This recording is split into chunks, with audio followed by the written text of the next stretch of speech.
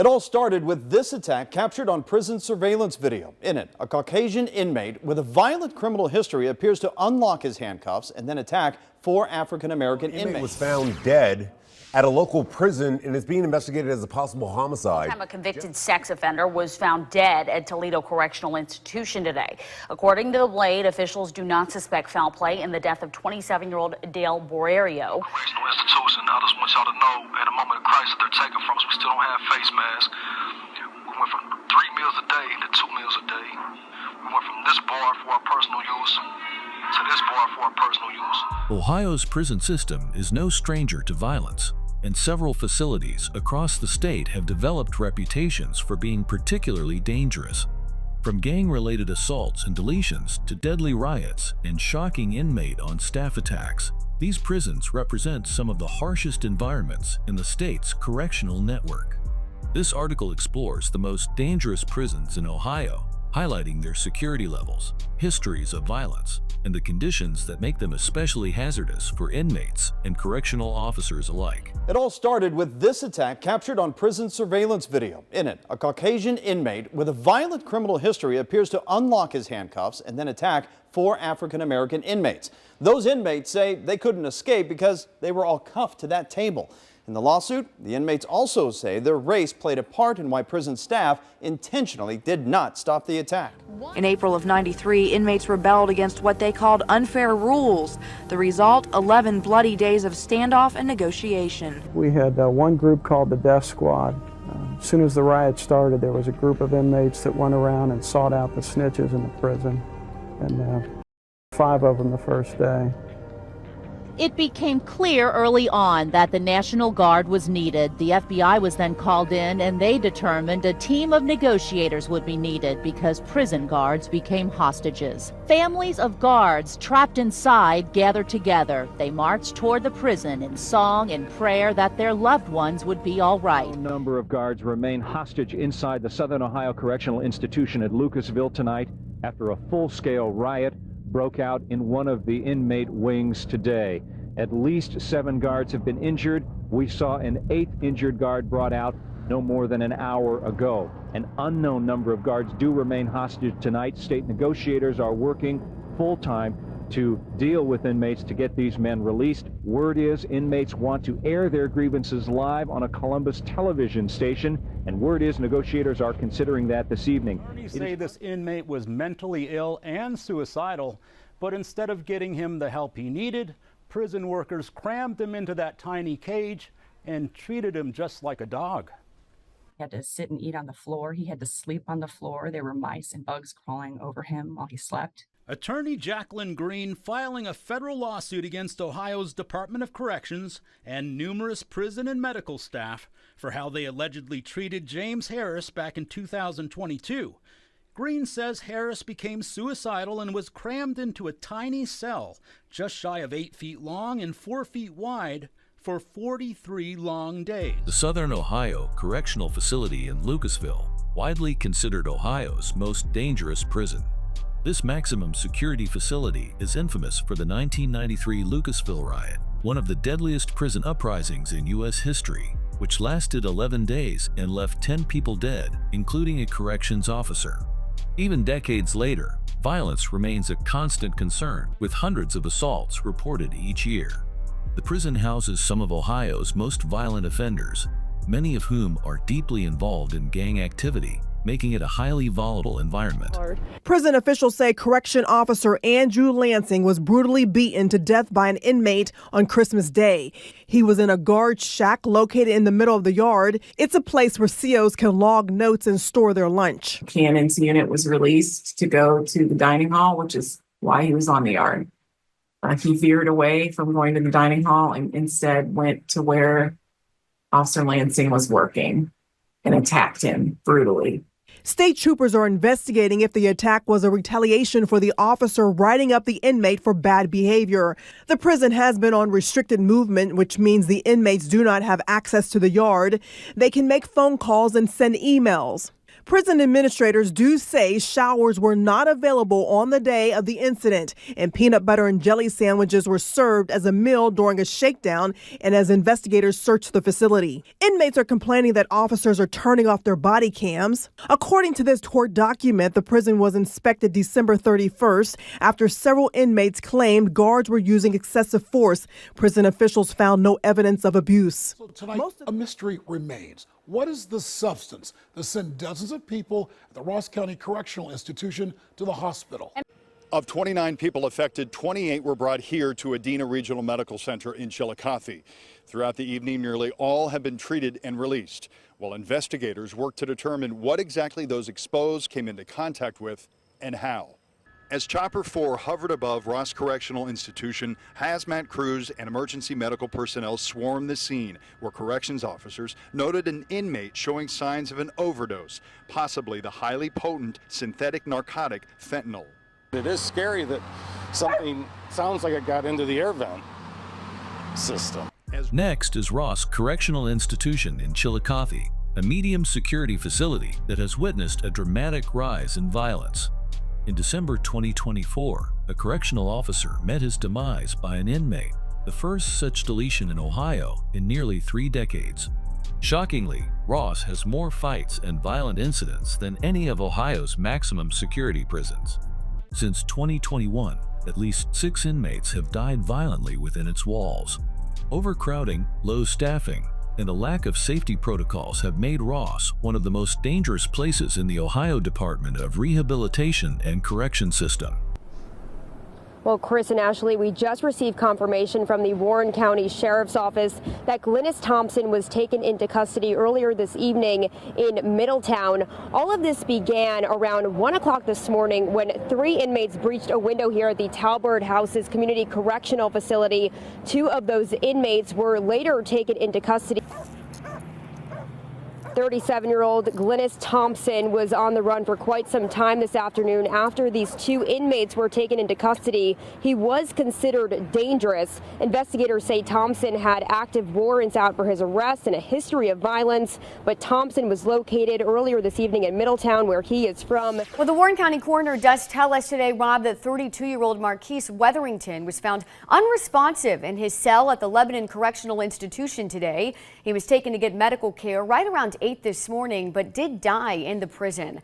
The coroner says Wetherington had obvious trauma to his body, including blunt force trauma. The Ohio State Highway Patrol is now investigating the death as a possible homicide. 2 inmates in Warren County sounds more like the plot to the movie Shawshank Redemption. Kaya Bonaparte and Daquan Militant Hart are accused of using a metal tool to chisel a hole in the wall of their cell at the Lebanon Correctional Institution. Prosecutor David Fornshell says they used sheets to make a rope. Investigators say Jack Welninski, his cellmate, to get a transfer to a different prison. Kevin Nil was found strangled on April 23rd. Welninski and Nil had been in the cell together for less than an hour before. Lebanon Correctional Institution in Warren County has a long-standing reputation for violence. Designated as a close security prison, it has housed many of the state's most disruptive inmates. Between 2011 and 2013, Lebanon recorded over 2,500 violent incidents, the highest in the state at the time. Assaults on both staff and inmates are common, and in one chilling case, an inmate bludgeoned his cellmate to death with a concrete block. The presence of high-risk prisoners and gang leaders continues to fuel the violence here. To this bar for our personal use. We don't have no gloves. The COs are here with gloves, face masks, all that. They're taking from us. They're making this worse for us. We still can't wash our blankets, no, none of that. It's horrible. We need help. The union representing state prison guards says that a female corrections officer was taken hostage by a male inmate after being left alone with other inmates in the library at a Central Ohio prison. Union leader and prison guard Doug Mosier says the hostage situation at Mansfield Correctional Institution developed Sunday when a second officer was pulled away for duties in the prison chapel. Responsible for trying to smuggle drugs into an Ohio prison. A drone dropped a package into the prison yard at the Mansfield Correctional Institution. Inside the package, tobacco, pot. Continuing coverage now of a search for an inmate who escaped from the Mansfield Correctional Institute. Let's get you his mugshot. Police around the state right now are searching for this man, James David Myers. He's serving a mandatory 30-year prison sentence for rape. In Mansfield, the Mansfield Correctional Institution has struggled with persistent gang activity and high levels of inmate-on-inmate violence. This close security prison houses a large number of inmates affiliated with security threat groups or prison gangs, which contributes significantly to its instability. Staff shortages, rising assault rates, and increased disciplinary actions paint a picture of a facility constantly on edge. Violence here has grown year over year, with both staff and prisoners facing serious threats on a regular basis. A convicted sex offender was found dead at Toledo Correctional Institution today. According to the Blade, officials do not suspect foul play in the death of 27-year-old Dale Borerio. The Holland native was serving a 40-year to life prison sentence at TCI. In March, 43-year-old Arturo Lopez was found at TCI, and in September of last year, inmate Bradley Hamlin was strangled to death. A guard from the Toledo Correctional Institution is recovering after being attacked by an inmate. This attack is the latest incident in a string of violence at TOCI since they started double bunking cells in 2011 and began accepting maximum security inmates in 2012. Union Rep Derek Urban says lack of staff is a constant problem. What happens within the walls of the Toledo Correctional Institution or any other prison rarely goes public, but there are conflicting accounts of what went down this morning, what union leaders describe as a near riot. Yes, they had masks on their face that were made from t-shirts. They had weapons that they had made out of broomsticks and buckets. They were urinating on the floor. They were whipping batteries at staff. But a prison spokesperson claims it was just one inmate actively resisting going back to his cell and other prisoners passively resistant. Toledo Correctional Institution, another close to maximum security facility, saw its violence spike after a 2012 policy shift that relocated many of the state's most dangerous inmates to the prison. That year, inmate-on-inmate assault surged, including one case in which an inmate was strangled to death. Severe overcrowding, at times holding over 160% of its intended capacity, worsened the situation. The combination of intense population pressure, gang presence, and inadequate oversight made Toledo one of Ohio's most perilous prisons. Jury indicted Mark Lloyd, Dante Allen, and Jonathan Brown, and all three of them are accused of assault. Allen is also accused of strangulation. The three cases are not directly connected or related, but all three men are accused of attacking corrections officers at the Warren Correctional Institution. Prosecutors say that Lloyd assaulted an officer August 1st, Allen attacked a guard August 7th, and Brown assaulted an officer September 17th. We're told none of the officers were seriously hurt. They had scratches, swelling, redness, and other minor injuries. Correction officers at the Warren Correctional Institution were doing a search of Thomas's cell when they found several bottles of prison liquor back in July. They say Thomas got agitated, threw a water cooler across the floor of the common area, and started yelling at the guards. Per prosecutors, the officers left the cell, told Thomas to turn around so they could put him in handcuffs because of his behavior. But they say he refused, and that led to officers macing Thomas. When the officers tried to grab Thomas's hands, prosecutors say he hit two of them, breaking one of the officer's teeth and injuring the other officer's face and neck, leading probably to that strangulation charge there. Dunson worked as a guard at Warren Correctional. The indictment alleges he took money from inmates for tobacco. Prosecutors are not saying how much money may have changed hands. So Welsh formerly worked as the deputy warden at Warren Correctional Institution, and now he's accused of recording hundreds of hours of time on the clock with the Ohio Department of Rehabilitation and Corrections when he was not actually working during those hours. The prosecutor's office says Welsh spent some of those on-the-clock hours working a second job as a professor. In total, the prosecutor's office alleges Welsh took more than $18,000 from the ODRC for time that he fraudulently reported. The Warren Correctional Institution, also located in Warren County, has been the scene of multiple gruesome inmate attacks. One of the most recent occurred in 2024 when an inmate nearly beat his cellmate to death, leaving him with broken bones and severe head trauma. In another case, a prisoner was strangled by his cellmate, who later openly confessed to the crime. These incidents reflect the dangerous dynamic within Warren CI, where tensions among inmates often escalate into deadly violence. While not known for gang warfare, Pickaway Correctional Institution in Orient gained national attention during the COVID-19 pandemic as one of the deadliest prison outbreak sites in the country.